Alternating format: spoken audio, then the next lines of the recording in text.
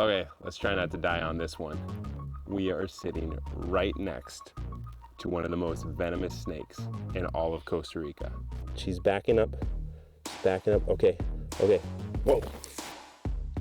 In this striking adventure, we're on the hunt for Costa Rica's most epic snakes. We will explore their amazing adaptations, unique behaviors, and common misconceptions that give these beautiful reptiles a bad name. Warning, only one of these snakes is not venomous. Can you tell which one? Let's slither into it with a rare find on the Caribbean coast. This is the coral snake. Has that distinct 3-color marking: black, yellow, red, yellow, black. And the rhyme in the United States goes, red and black, friend of Jack, red touches yellow, you're a dead fellow. The reason you're a dead fellow is because the coral snakes are the closest relative to the cobra that we have in the Americas. And as you know, the cobra is super venomous.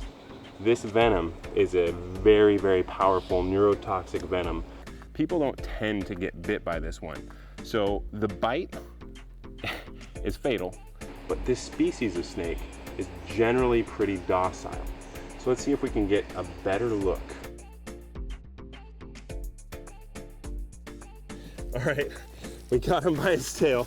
Now you won't be able to smell it on the camera, but right now I'm getting musk. You're gonna see that tail that is rubbing all over me. So the butthole of a snake is called the cloaca. And the cloaca is open and it's excreting a foul, foul odor. Pretty typical for most snakes to do, where they're gonna just let you know, hey, you don't wanna eat me. Not only am I venomous, but I also smell bad. Look at those vibrant colors. You can see all the warning signs right there. With a small snake like this, I am super scared that at any point, he could just relax up and easily slam back and hit me in the hand. And that's it. I mean, that's game over. She's backing up. Okay, whoa.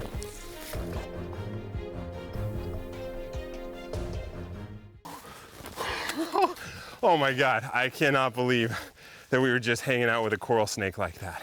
It's gone back in the bushes. We're not gonna see it again.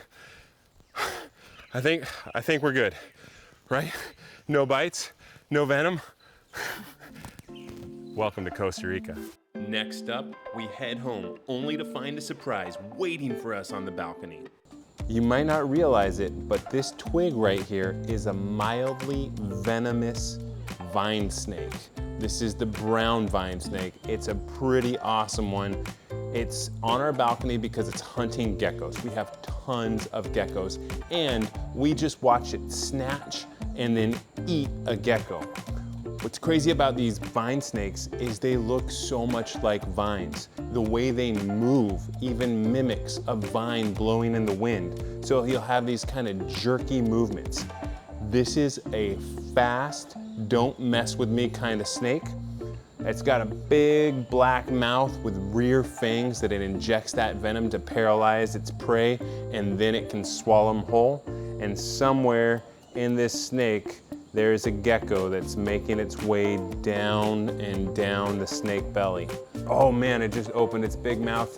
A lot of times they do that after they eat something, so they had to stretch their jaw, which is not fused together on the bottom, so it allows it to open up, and then they have to re-stretch it to kind of get everything to fold back in place. For a long time, people thought that they were dislocating their jaw, which would be super painful, like dislocating a shoulder. Truthfully, they're just stretching it out because it's not fused at the bottom, and then he just stretched it back.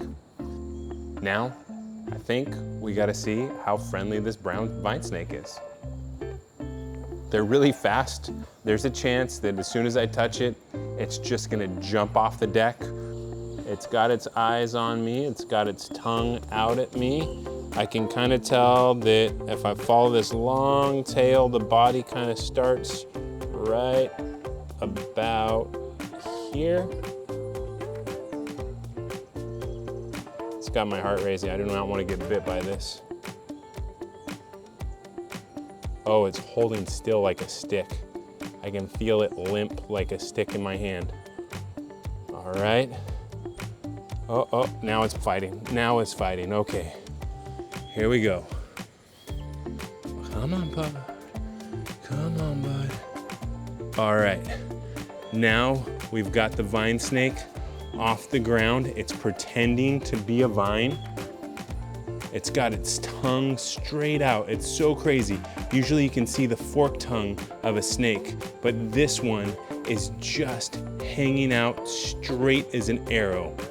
Finding them in the wild is super hard because look at this camouflage. They look exactly like a vine. Oh, look at how well it can keep that head still and then just extend out. This is just, it's awesome. This is why we're here. You gotta come to Costa Rica and check this stuff out. Next, we headed deeper into the rainforest looking for one of my favorite snakes. The venomous eyelash pit viper is sitting right next to me. Hands down, one of the coolest snakes on the face of the earth. It's got these crazy scales above its eyes that give it the name the eyelash pit viper. What I love about the eyelash pit vipers is this unique tail. The tail they use as a lure. So this tail right here, he'll wiggle around and lure in some sort of an animal, and that animal will try and bite the tail, but the eyelash pit viper's got another plan. That's why they call pit vipers. Let's see if I can get you a better look without dying. You're not gonna show this to my mom, right? She might have a heart attack right now. So the pit vipers, there's two loreal pits on the side of its face, and those are heat detecting pits. Those pits can detect a difference in temperature between 100th of a degree Fahrenheit. It's not quite locked onto me yet. Oh, mouth is opening. That's a bluff strike right there. So that's an example of, hey, I'm venomous. I don't want you to mess with me. All right, flattening the head out. That's another sign of saying, hey, look at my venom glands. Whoop. We're gonna let go of that stick. They're a great snake for climbing. They can climb in the trees super easy. What makes vipers just so incredible and people fear them is because they have that potent venom. But it can't eat me. So one of the big things is we have to think about, does a snake really want to waste its venom on us? Now, if it was to bite me, we're in for a doozy. This one's got some venom. And so like all pit vipers, it has those fangs that are like hypodermic needles. And it's a front fang snake. And so it has its fangs folded up in its mouth right now. And when it's ready to strike, it's gonna open up, and these guys strike faster than a fraction of a second.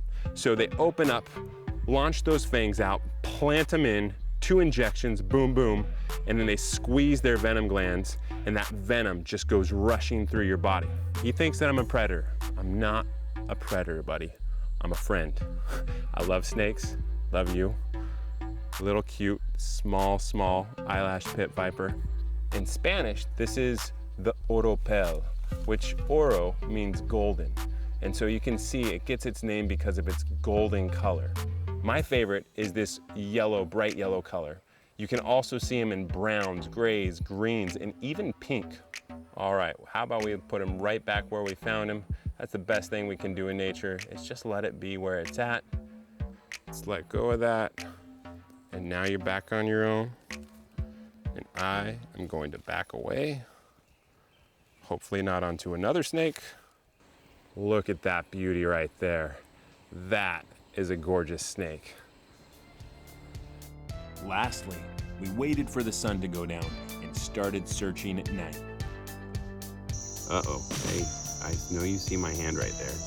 We're not gonna bite my hand. We're just gonna be chill. Welcome to Peligro Life. We're in the middle of the Costa Rican rainforest at night, and we stumbled upon something so incredibly beautiful. I've actually never seen it in the wild before. This is a milk snake. It looks almost identical to a coral snake, which is lethally venomous, but this one packs no venom. It is such a calm and chill snake. Out of all the snakes that I've caught in Costa Rica, I've got to say this one right now is just behaving the nicest. But look at this beautiful coloration. You can see that it has the red and black, and then a white or yellow band in between 2 blacks. This lets me know that it's non-venomous, as well as the head. If we look at the head on a coral snake, coral snakes have a solid black head. This snake has 2 white bands on its head, one on the nose and one right behind the eyes. So this is a non-venomous species of snake, and I think by this point we've established that we are not a predator here. This snake, however, is an amazing predator. They're constrictors, so it's gonna be running around here in the forest at night, looking for something like a rodent, maybe an insect, maybe even a lizard, and it's gonna grab hold of it, and if it can fit it down its mouth, it's gonna swallow it immediately. Or if it has to wrap around and constrict that, it's gonna go ahead and eat its prey after suffocating it with one big hug that leaves its prey breathless. This milk snake is absolutely gorgeous. I hope that you can see just how iridescent these colors are coming off of it. I mean, I have never seen one of these in the wild, and this one is by far the most beautiful snake that we have caught to date in Costa Rica. Let's get a close-up of this snake. This milk snake is at least 3.5 to 4 feet long, and it fits so perfectly wrapped up in my hand like this. Another thing that all snakes share in common is when we see that tongue coming in and out of its mouth, it's tasting the air. It has a chemosensory organ called the Jacobson's organ, which basically means it can taste the chemicals in the air. So we can smell, it can taste what's going on in the air. This snake can tell if I've brushed my teeth in the last 24 hours or not. It's not an aggressive snake. And that's what I love about snakes in general. We have so many misconceptions around snakes, and it comes from irrational fears that all snakes are venomous and all snakes want to eat humans. Truth be told, there's no way that the majority of snakes in the world could even eat a human being. So why would they want to waste their time trying? Instead, they do have some defensive behaviors sometimes when we come on their land. But this is a great example that even when I come on this snake's land and I pick it up with my bare hands, there's no defensive behaviors. This snake just wants to go back to its business, and honestly, I think it kind of wants to hang out a little bit right now. Thanks for hanging out with us tonight on Peligro Life. It's time to let this beautiful snake go back into the wild, but before we do, don't forget to like and subscribe because we can take you on more adventures to see these cool critters that are crawling around Costa Rica.